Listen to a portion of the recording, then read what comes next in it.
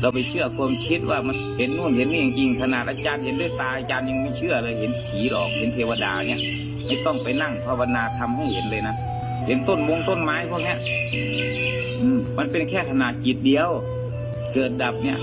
มันเกิดตามเหตุตามปัจจัยนะครับตามอายตนะแล้วเราจะไปมโนทำไมล่ะมโนให้หลงเหรอมโนให้เกิดใหม่นะมันเสียเวลานะครับเสียเวลามากถ้าปฏิบัติธรรมมันก็ต้องดูกายดูใจดูจิตเนี่ยดูรูปรสกลิ่นเสียงพวกนี้